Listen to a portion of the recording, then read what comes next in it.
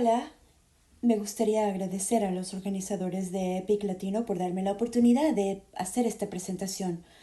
Voy a hablar sobre la optimización de la terapia con cafeína, consideraciones sobre la dosis, la duración de la terapia y el momento. Y estoy honrado por tener la oportunidad de presentar esto y siento mucho no estar ahí en persona.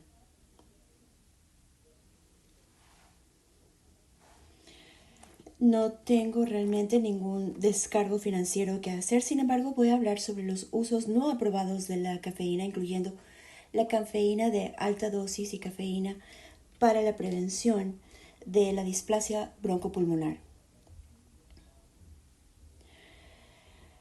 Lo que espero que ustedes logren apreciar al final de esta presentación es entender los beneficios a corto y largo plazo de la cafeína, los riesgos y beneficios del inicio temprano en comparación con el tardío del uso de cafeína, los beneficios de la cafeína de alta dosis en comparación con los de dosis estándar y los datos que pueden informar más sobre la duración del tratamiento con cafeína.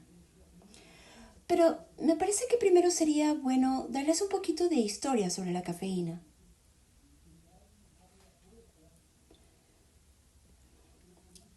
La cafeína ha existido desde hace mucho tiempo, más o menos desde el año 3000 a.C.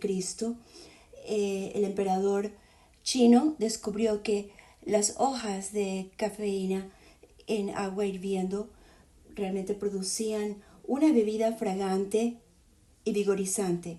La cafeína fue traída a la civilización occidental en el siglo XVI y XVII a través de la importación del té y el café por los europeos. En 1819 fue descubierta la cafeína por Hermann Friedrich Ferdinand Runge, que lo llamó café base.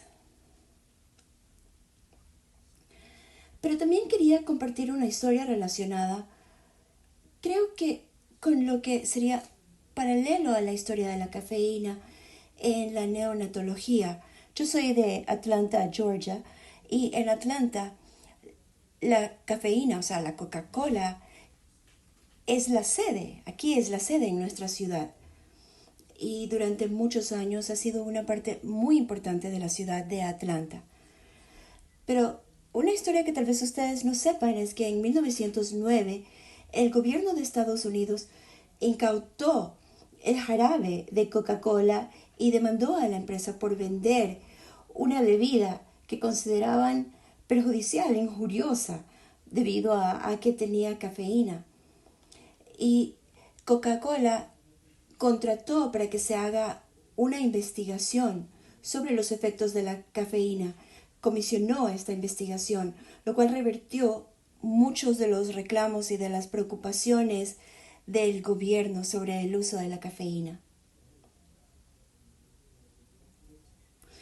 Entonces, hemos utilizado metilsantinas en infantes durante muchas décadas. Este es un informe de 1973 que mira el uso de aminofilina para tratar eventos de apnea.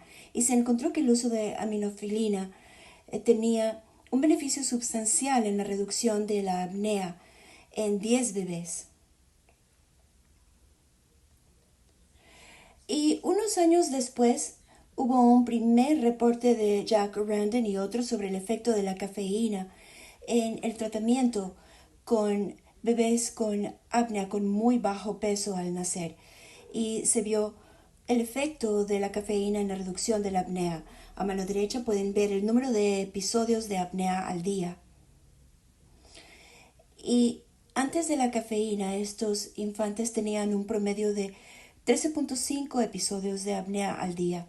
Con el tratamiento eso bajó a 2 episodios al día, así que una reducción muy marcada en los episodios de apnea que destaca la eficacia de la cafeína para el tratamiento de la apnea. Pero a medida que se fue popularizando el uso de la cafeína para tratar, surgieron algunas inquietudes respecto a los posibles daños que esto podía generar. Y esto fue tratado en un estudio publicado en 1978 donde miraron aquí a la aminofilina en ratones y si se proporcionaba aminofilina se podía reducir la vida de las neuronas. Estas células cerebrales eran más propensas a morir en respuesta a la hipoxia en la presencia de aminofilina. Y eso hizo surgir preocupaciones válidas sobre el posible daño o daño neurológico por el uso de la cafeína y otras metilsantinas. Pero también hay otras inquietudes. Cuando la cafeína fue aprobada por primera vez en Estados Unidos en el año 2000, la FDA publicó una advertencia en cuanto a la asociación de las metilsantinas con la enterocolitis necrotizante. Entonces hay algunos riesgos neurológicos al igual que de enterocolitis necrotizante con el uso de la cafeína. Y lo que ahora sabemos es sobre un estudio fundamental que trata la terapia de cafeína para la apnea del prematuro. Esto fue publicado en el 2006. Y hay otros estudios subsiguientes que destacan los estudios de este grupo. Este es un ensayo multicéntrico de infantes con un peso de nacimiento de 500 a 1250 gramos.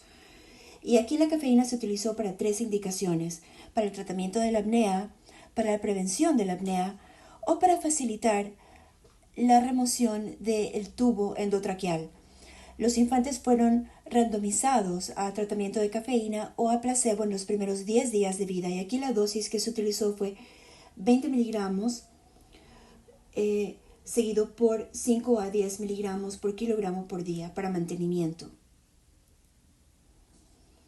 Y este fue un ensayo muy interesante porque se encontraron un sinnúmero de beneficios y resultados clínicos en nuestra población a pretérmino. El estudio encontró que el tratamiento de cafeína versus placebo reducen el potencial para DVP. En un estudio posterior se encontró que también reduce el riesgo de muerte, de un retraso cognitivo, de parálisis cerebral. Y estas son las únicas ocasiones en que podemos realmente proporcionar esto para reducir estos riesgos. Pero esos beneficios persisten durante la infancia. Y un estudio que observó a estos niños hasta los 11 años de edad indicó que existe un beneficio persistente en la reducción de estas afectaciones. Hay otros beneficios también. Los infantes que recibieron cafeína tuvieron una duración más corta de intubación endotraqueal, una duración menor de BPPN, más o menos de una semana, al igual que una reducción en el tratamiento de PDA. Los infantes que recibieron cafeína tuvieron un poquito más de pérdida de peso durante los primeros días de vida, aunque eso ya no está presente a medida que van avanzando en edad. Y no hay diferencia en la enterocolitis necrotizante. Entonces, estos son beneficios bastante sorprendentes, no solamente en términos de beneficios en el tratamiento de la apnea, sino también en reducciones importantes en la morbidez. Y una de las preguntas, ¿cómo sucede esto? Y creo que es importante reconocer que hay un sinnúmero de mecanismos potenciales que podrían explicar el beneficio de la cafeína. Algunos de estos son de estudios humanos, otros de estudios en laboratorio o estudios preclínicos, pero sabemos que la cafeína puede mejorar la distensibilidad de los pulmones, aumentar la contractibilidad del diafragma, mejorar la ventilación, entonces reducir la resistencia de las vías respiratorias, la inflamación pulmonar. Entonces hay un sinnúmero de mecanismos en los cuales la cafeína puede beneficiar a los pulmones de un bebé a pretérmino, adicional al tema de la apnea y de la respiración. En Estados Unidos, este es un estudio que realizamos mirando el uso de diferentes metilsantinas. En 1987 había una variedad de metilsantinas que fueron utilizadas para la población de bebés con peso muy bajo al nacer. Esto fue en 1997. Y bueno, esto continúa siendo un importante tratamiento para bebés prematuros con apnea aquí en Estados Unidos.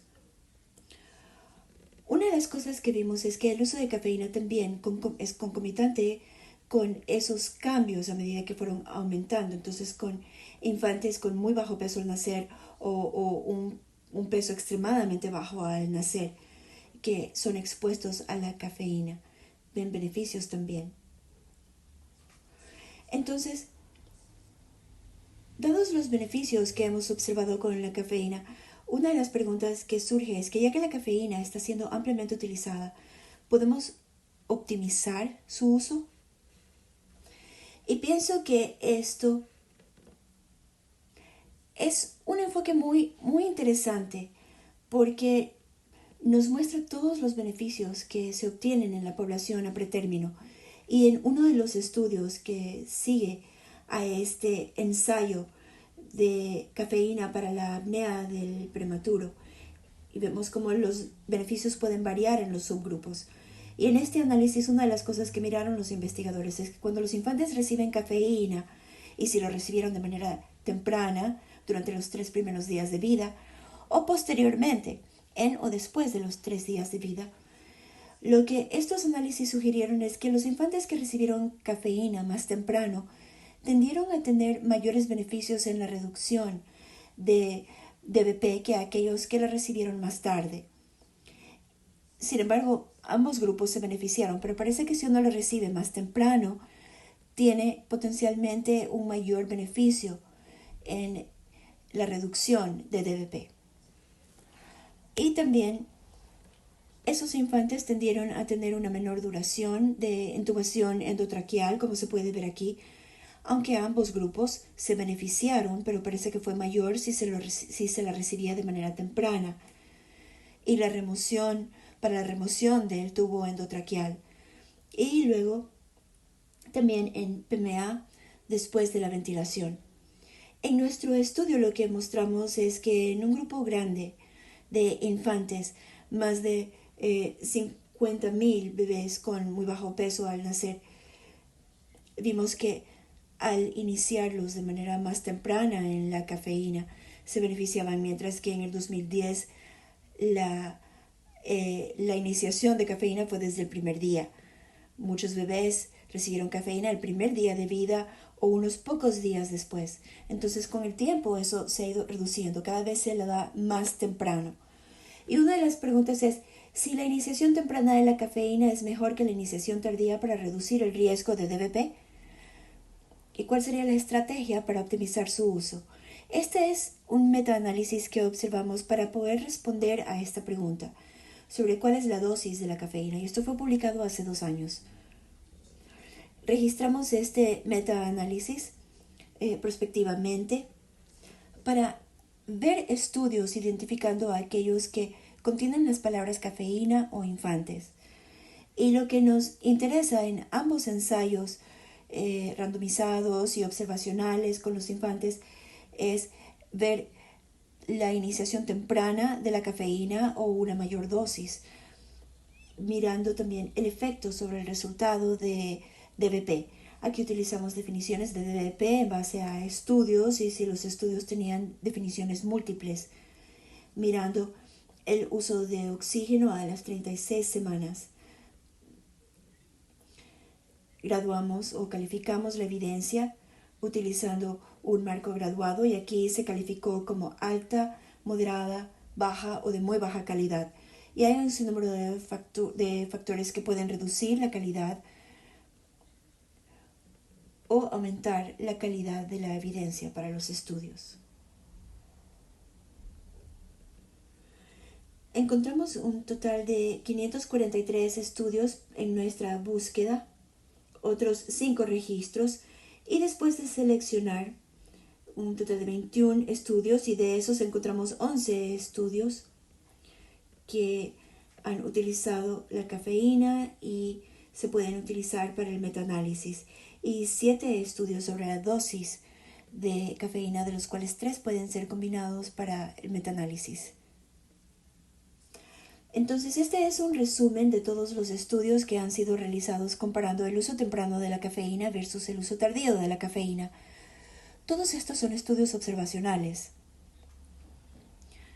Y uno de los estudios observacionales iniciales fue realizado por mi persona y colegas aquí en Atlanta, en Emory, donde miramos un cohorte de infantes, o también al iniciarlos antes de 3 días de vida o después de 3 días de vida, y cuál es la asociación con la reducción de la duración en ventilación o de DBP. Y ha habido un sinnúmero de estudios que le han hecho seguimiento a esto, y en todos estos estudios eh, se ha llegado básicamente a los mismos hallazgos. Uno muy interesante es de la red canadiense. Esto fue publicado en el 2015, que miró la asociación entre la administración temprana de cafeína y los resultados en los neonatos.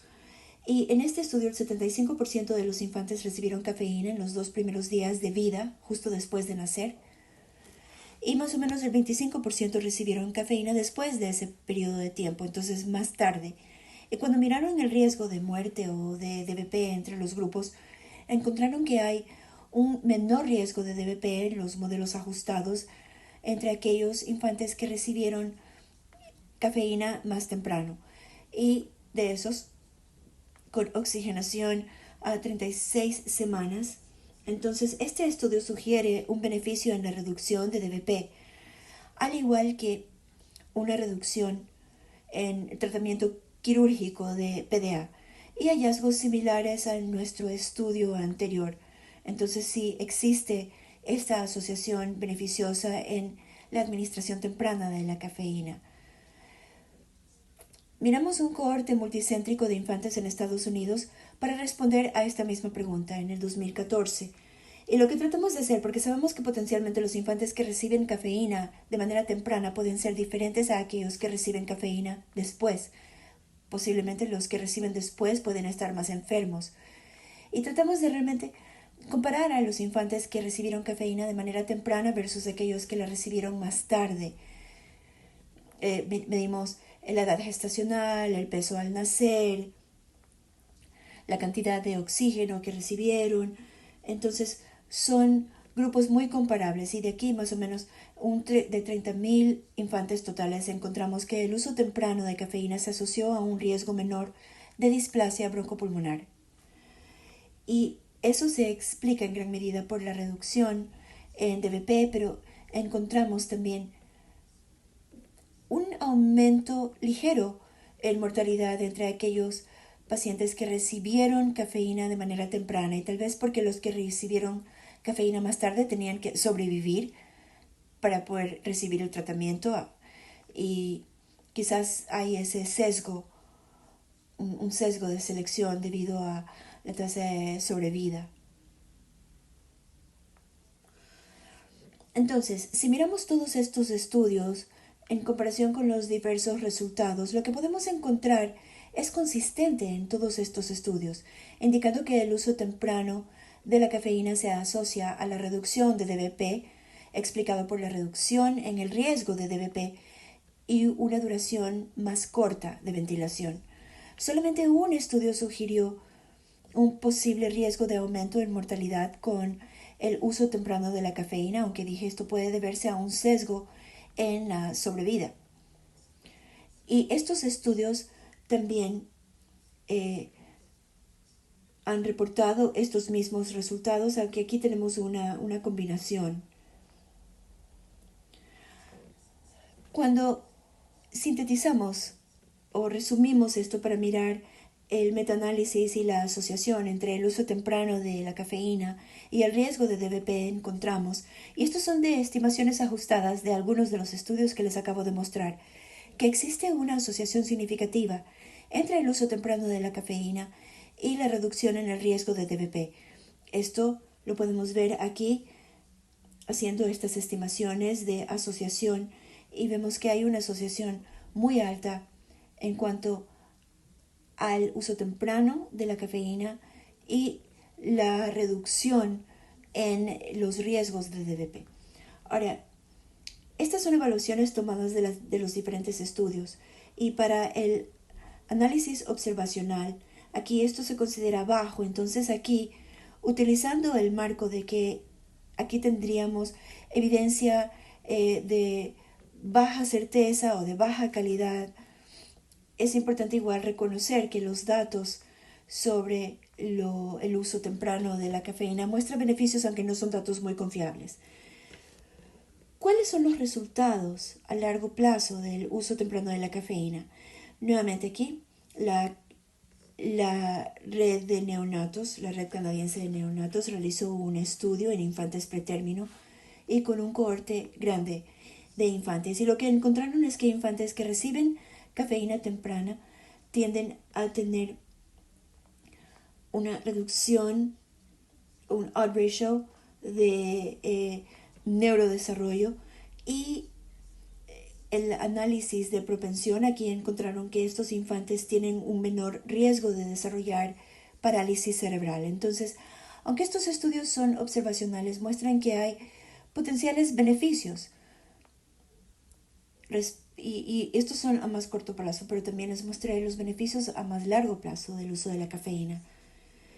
Y estos datos están siendo incorporados en directrices alrededor del mundo. Y aquí les voy a mostrar dos ejemplos. En la parte superior tenemos directrices de consenso sobre el manejo del síndrome de dificultad respiratoria. Esto fue una actualización del 2019 y la recomendación es que se debe utilizar la cafeína para facilitar el retiro de la oxigenación y que esto debería considerarse para bebés que requieren oxigenación, que están en un respirador no invasivo. Luego acá tenemos las directrices NICE y la recomendación es utilizar citrato de cafeína de manera rutinaria en los bebés pretérmino en o antes de las 30 semanas. No tenemos directrices en Estados Unidos, pero estas son algunas de las que ya se están empleando en términos de estudios mostrando el beneficio de la cafeína temprana. Y una de las otras preguntas que teníamos es que muchas veces ahora estamos empleando un uso temprano del CPAP en estos infantes y a menudo, e inclusive con esfuerzos iniciales para mantener a los bebés solamente en CPAP, algunos de estos bebés fallan o requieren de tratamiento con surfactante o ventilación endotraqueal. Entonces el uso temprano de la cafeína evita la falla de CPAP. Este es un estudio que realizamos con un número grande de USINs en Estados Unidos, con estudios observacionales respecto al uso temprano de la cafeína y CPAP con bebés con muy bajo peso al nacer. Y aquí tuvimos infantes que recibieron cafeína desde el día de nacimiento, que empezaron ya con su primera dosis de cafeína. Y cuando comparamos eso a bebés que recibieron cafeína después del día de nacer, entonces en algún punto durante la primera semana de vida, pero después del día de nacer, 1, 2, 3, 4, 5 o 6. Y nuestro interés era ver si esto está asociado con una reducción en la falla de CPAP. Y no encontramos ninguna evidencia de que iniciarlos en cafeína desde el primer día de nacimiento reducía el riesgo de fallar en CPAP o la necesidad de ventilación o terapia de surfactante. Y cuando miramos los subgrupos de infantes más inmaduros versus más maduros, tuvimos los mismos resultados de que el nivel de falla de CPAP era similar en ambos grupos. Entonces, aún en los grupos más inmaduros o menos inmaduros, los hallazgos fueron consistentes de que no hay evidencia de que iniciarlos temprano, desde el primer día de vida, si eso estaba asociado a una reducción en el riesgo de falla de CPAP. Pero esto no apoya necesariamente el uso profiláctico de la cafeína para reducir las fallas de CPAP. Eso es lo que quedó claro. Entonces, realmente ha habido un cambio en la práctica aquí en Estados Unidos, donde cada vez más bebés son iniciados con la cafeína al nacer. Y podemos ver que en el 2000-2007 solo el 20% de los infantes recibieron cafeína o su primera dosis de cafeína el primer día de vida. Pero en el 2008 hasta el 2014, que fue cuando terminó nuestro estudio, vimos un aumento sustancial de que bebés cada vez más estaban recibiendo cafeína el día de nacimiento. Otra pregunta que surge es, ¿qué pasa con el uso temprano de la cafeína en la sala de parto o durante las primeras horas después de nacer? Y aquí hay dos ensayos randomizados que han analizado esta pregunta. La primera, esto fue publicado en 2015, que es un ensayo piloto en el cual se inicia a los infantes 1 hora después de nacer versus 12 horas después de nacer. Y el otro estudio en el 2017 que examinó el uso de cafeína en 30 infantes mirando la iniciación en la sala de parto, donde inyectaron cafeína en el cordón umbilical, se inició rápidamente para reducir el efecto de cualquier problema respiratorio. Entonces acá tenemos otro ensayo piloto mirando el uso temprano de la cafeína justo después de 1 hora de nacer. Y en este estudio, en el grupo temprano de 11 infantes se les otorgó cafeína a 1 hora de edad en comparación con 12 horas de edad en el grupo de control. Y estos investigadores no encontraron ninguna diferencia significativa en los resultados en este grupo de infantes.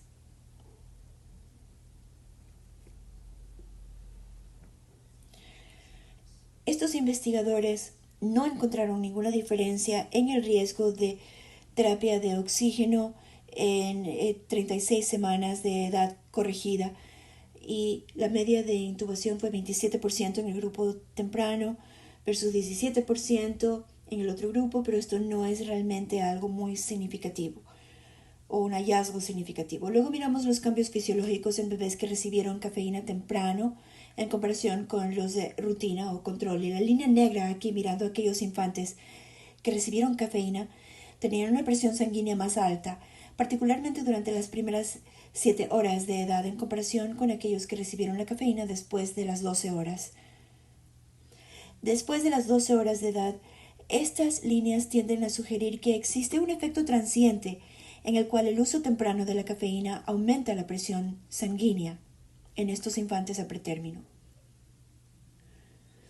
El otro estudio que mencioné, este es un ensayo randomizado mirando el uso de cafeína en la sala de parto y aquí se administró, se inyectó en la vena umbilical en los infantes en la sala de parto desde muy temprano, justo unos minutos después de nacer, en comparación con la iniciación después de que el bebé es admitido en la UCI. Y estos investigadores encontraron que los que recibieron cafeína en la sala de parto llegaron a un máximo, un incremento máximo en el volumen tidal. Entonces, hay una mejoría fisiológica a corto plazo en estas mediciones en los bebés que recibieron la cafeína en la sala de parto. Aunque los infantes del grupo de control no recibieron ninguna inyección en el cordón umbilical, entonces puede haber algún impacto, un posible impacto en la administración en bolo. Y más recientemente ha habido un ensayo randomizado que fue publicado en Miami, publicado en el 2018. Este es un ensayo en el cual la cafeína fue administrada profilácticamente en el ventilador. Esto ayuda a una extubación positiva. Esto es en bebés que estuvieron en ventilación mecánica durante los primeros 5 días de vida, no los que fueron tratados con CPAP ni que fueron extubados rápidamente. Estos son bebés más enfermos. Otros fueron colocados en placebo y no se encontró ningún efecto en el uso de cafeína temprano. Aquí miramos los dos grupos en este ensayo, 83 infantes. Y debo destacar que hubo algunos equilibrios positivos. Los de cafeína temprana tendían a ser más varones y con un, un score o un puntaje menor de ACAR. Puede ser debido a la randomización, pero esto ha llevado a diferencias en algunos de los datos que pueden haber explicado algunos de los hallazgos del ensayo. Como mencioné, no hay ninguna diferencia en los infantes que recibieron cafeína de manera temprana versus aquellos que recibieron cafeína justo después de la extubación, ni tampoco ninguna diferencia en mortalidad o DVP o DVP severa. Entonces, este ensayo randomizado realmente no sugirió ninguna diferencia en el uso de cafeína para los bebés ventilados unos días después y que recibieron cafeína unos días después de nacer. Entonces vamos a resumir lo que hemos visto en cuanto al momento de la cafeína. Sabemos que los beneficios son que el inicio temprano de cafeína está asociado con un menor riesgo de DVP, una menor duración de ventilación, tratamiento de PDA y riesgo de hemorragia intraventricular. Sin embargo, también esto está asociado con un pequeño, pero igual un riesgo de muerte. Entonces, los bebés que van a recibir cafeína de manera más tardía deben sobrevivir para recibirla. Eso es lo que el estudio ha demostrado. La calidad de la evidencia para el uso temprano de la cafeína para evitar DVP es bajo y se requiere de más estudios para evaluar si el uso de la cafeína en la sala de parto durante las primeras horas de vida tiene beneficios adicionales en comparación con el último uso durante los 2 primeros días de vida. Entonces, ¿cuál es la dosis correcta de cafeína? Ha habido varios estudios, ensayos randomizados que han mirado dosis más elevadas versus estándar de cafeína. Y aquí estoy hablando del citrato de cafeína. Entonces, si están pensando en base de cafeína, hay que dividir estas dosis por 2. Estos han sido ensayos principalmente en poblaciones muy a pretérmino y hay una variedad de dosis donde la cafeína de dosis alta va de 10 a 20 miligramos por miligramo al día de citrato versus la dosis estándar de 20 miligramos por kilogramo de carga y 5 a 10 miligramos por kilogramo por día. Y en estos ensayos, cuando realizamos el metaanálisis que compartí anteriormente, lo que encontramos es que al reunir todos estos resultados hay una asociación entre la cafeína de alta dosis de 10 a 20 miligramos para mantenimiento y un menor riesgo de displasia broncopulmonar. Aunque estos datos son de evidencia de baja calidad. Pueden ver aquí dónde está el diamante más desplazado hacia la izquierda, pero podemos ver que favorece a la alta dosis en la reducción del riesgo de DVP. Esa es la estimación y basada en un número relativamente bajo de infantes. Sin embargo, hay algunas preocupaciones respecto al uso de dosis más altas de cafeína y uno fue destacado en este estudio, en este ensayo randomizado. Y en este ensayo donde los bebés reciben altas dosis de cafeína, aquí tenemos una dosis de carga de 80 miligramos por kilogramo, hay un mayor riesgo de hemorragia del cerebelo versus aquellos infantes que recibieron la dosis estándar. Y creo que esto puede ser potencialmente debido a que sabemos que la cafeína puede tener efectos sobre la presión sanguínea. Tiende a aumentar la presión sanguínea, el flujo hacia el cerebro, que puede inducir a esa hemorragia. Entonces sí creo que hay algunos riesgos potenciales de los cuales tenemos que estar conscientes al utilizar altas dosis de cafeína justo después de nacer. El mismo grupo de infantes utilizando este código también se encontró que la cafeína de alta dosis puede aumentar, por ejemplo, algunos problemas o la carga de sufrir de algún tipo de impacto o defecto. Y aquí se ha encontrado que la cafeína de alta dosis se asocia con la reducción de DVP y también reduce el riesgo de fallas de extubación, aunque la calidad de la evidencia fue bastante variable. Y estos investigadores realmente sintieron que había la necesidad de tener ensayos randomizados más grandes para ayudar a entender de mejor manera los beneficios de la cafeína en alta dosis versus dosis más baja. Entonces sí recomendaría yo estudiar eso bien antes de empezar a utilizar esto, especialmente dosis de 10 a 20 kilogramos por día. Necesitamos más evidencia antes de poder empezar a utilizar esto de manera rutinaria. ¿Cómo debemos ajustar la dosis de cafeína durante los 2 primeros meses de vida? Es importante considerar esto porque el metabolismo de los bebés cambia a medida que van creciendo, a medida que van avanzando en edad. Y este es un estudio muy interesante que utiliza la modelación que indica cómo debemos ajustar la cafeína para asegurar que hay una estabilidad de los niveles de cafeína en estos infantes. Y esto es parcialmente porque sabemos que a medida que se va liberando la cafeína, vamos a tener que aumentar la dosis a medida que los infantes van creciendo. Esto mira diferentes modelos y estrategias donde miran el enfoque estándar para la cafeína, que es administrar 20 miligramos por kilogramo de citrato de cafeína, seguido por 5 miligramos por kilogramo por día para mantenimiento. Podemos ver aquí que estos infantes, la meta aquí es mantener un nivel de cafeína por encima de 15. Y se logra eso, pero a medida que los infantes van avanzando en edad, a las 2 semanas de edad o 14 días, caen por debajo de este nivel. Si vamos con un régimen de alta dosis, con 20 miligramos por kilogramo y seguido por un bolo de 10 miligramos por kilogramo por día para mantenimiento, podemos ver que están por encima, muy por encima de esta línea. Tal vez estamos sujetando a esto o sometiendo a estos bebés a un nivel de toxicidad.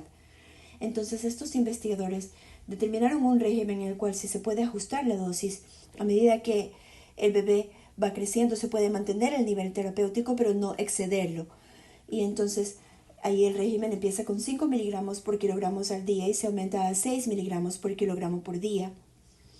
Y la segunda semana de vida, durante la tercera se aumenta a 7 miligramos por kilogramo por día. Y después de 4 semanas o en las 4 semanas se aumenta a 8 miligramos por kilogramo por día. Este es un modelo para mantener a los bebés en el nivel óptimo. Y particularmente lo hacemos teniendo en cuenta que muchos de estos infantes continúan teniendo apnea. Entonces, en cuanto a la dosis de cafeína, sabemos que hay beneficios de dosis más altas, se reduce el riesgo de DVP, sin embargo, hay riesgos también en estas mayores dosis. Esto puede aumentar el riesgo de hemorragias del cerebelo, también de hemorragias intraventriculares. Se requieren de estudios de mayor calidad y rutinariamente aumentar el citrato de cafeína por 1 miligramo por kilogramo por día cada 1 o 2 semanas y hasta 8 miligramos por kilogramo por día puede mostrar beneficios. Me gustaría terminar indicando cuándo deberíamos detener el uso de la cafeína, cuándo deberíamos descontinuar la terapia. Mirando los datos de la cafeína para la apnea, la edad media postmenstrual cuando se detuvo el tratamiento fue a las 34 semanas, de 33 a 36 semanas. La mayoría de los infantes, a ellos se los detuvo más o menos a las 34 semanas y más o menos el 75% de infantes después de las 36 o 37 semanas de edad postmenstrual. Ahora, una vez que detenemos la administración de cafeína, y muchos de ustedes habrán observado esto en sus prácticas clínicas, vemos si esto va a tener una influencia o un impacto sobre la apnea o la hipoxia. Vemos que se detiene y pocos días después el bebé empieza a desarrollar apnea y eventos de bradicardia.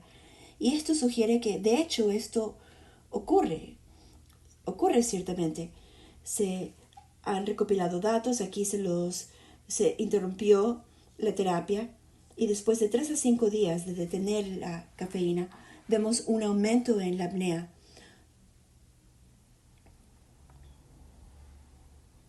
Y cuando miraron entre diferentes grupos respecto a si estaban en apoyo respiratorio o con el aire del salón. No hubo mayor diferencia ni tampoco con las semanas de gestación, 28 semanas, 33. No hubo mayor impacto cuando se les detuvo la administración de cafeína. Entonces, a aquellos bebés a los que se les descontinuó la administración de cafeína en una edad postmenstrual menor tendieron a tener estos eventos de ABD más seguidos, de esta desaturación también. Esos eventos pueden llevar a una estadía más prolongada en el hospital.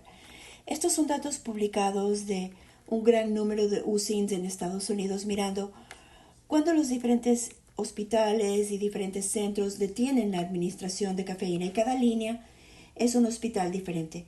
Y pueden ver esta amplia variación de cuando detienen la administración, más o menos desde 31 hasta 37 semanas, o casi ya a término cuando se descontinúa la administración de cafeína. Hay una amplia variación. Y esa variación en la descontinuación de la cafeína es en infantes que están recibiendo soporte respiratorio en el momento que se descontinuó la terapia de cafeína. Es decir, los infantes que están en BPPN o en ventilador. Hay una amplia variación en la interrupción de la administración de la cafeína en estos tratamientos. Y estos son los infantes que están en mayor riesgo y en cambio acá los que probablemente se van a beneficiar más.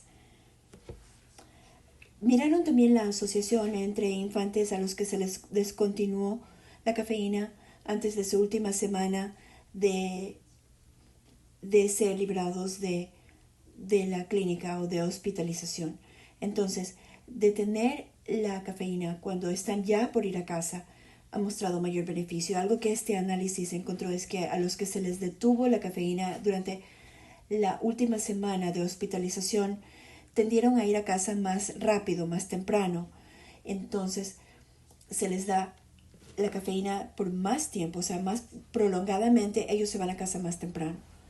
Pero la pregunta es si el tratamiento ampliado o extendido de cafeína si puede tener beneficios, y este es un ensayo randomizado que analizó esa pregunta de continuar la cafeína y los efectos de eso en la hipoxia en los infantes. Y aquí los infantes continuaron, tuvieron una terapia extendida de cafeína más allá de el periodo típico. Aquí 35 semanas de edad postmenstrual versus el cese de cafeína.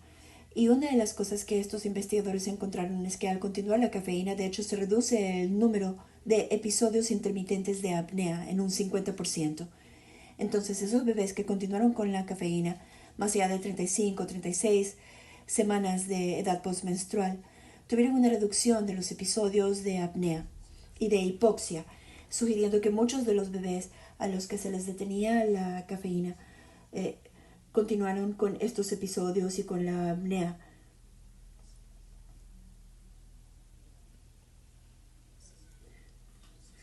Este es un análisis que mira la red neonatal canadiense, mirando cuántos infantes de este grupo recibieron cafeína al ser dados de alta. Y lo interesante es que un tercio de los neonatos son dados de alta o enviados a casa recibiendo cafeína. Es mucho más común en Canadá que en Estados Unidos, donde muy pocos bebés son dados de alta usando cafeína. Pero al hacerlo se podría reducir un poco esa hipoxia. Entonces, esta es una pregunta pendiente que todavía no ha sido respondida. Hay dos estudios que examinan esto, mirando el uso extendido del tratamiento de cafeína. El primero es el MOCA para el tratamiento de apnea.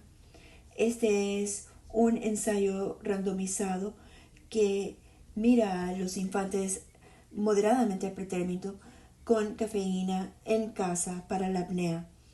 Entonces, ellos continúan utilizando la cafeína 28 días después de ser dados de alta, y potencialmente algunos de los eventos que amenazan la vida que pueden ocurrir relacionados a apnea después de que los bebés van a casa también se benefician.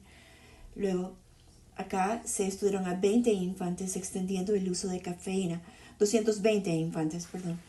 Entonces aquí lo interesante es ver la hiperoxia intermitente como el resultado primario para ver si es que hay algún beneficio potencial del uso extendido de la apnea. Entonces quizás en los próximos años tendremos más datos sobre el uso extendido de la cafeína. Entonces, en resumen, respecto a la duración del tratamiento, muchos infantes continúan con la hipoxia intermitente después de edades típicas de la descontinuación de la cafeína. La apnea, bradicardia y eventos de desaturación aumentan de 3 a 5 días después de descontinuar el uso de la cafeína, aunque actualmente no hay evidencia insuficiente para guiar cuál debería ser la duración óptima de cafeína, incluyendo el tratamiento, extendiéndolo más allá de la dada de alta, pero necesitamos más datos para tener una mejor guía respecto al uso prolongado de cafeína y cuándo se debería detener. Típicamente se hace a las 34 semanas de edad postmenstrual. En resumen, la cafeína es un tratamiento seguro y eficaz para el tratamiento de la apnea cuando se los inicia durante los primeros 10 días de vida en dosis estándar. La iniciación temprana y a dosis mayores de cafeína puede aumentar los efectos respiratorios beneficiosos, aunque se requiere de más estudios de mayor calidad. Y ensayos continuos también van a brindar más información sobre el potencial de los riesgos y beneficios del uso extendido de la cafeína. Bueno, así que con eso quería agradecerles. Gracias, espero tener la oportunidad de visitar al Ecuador en el futuro. Muchas gracias por su atención.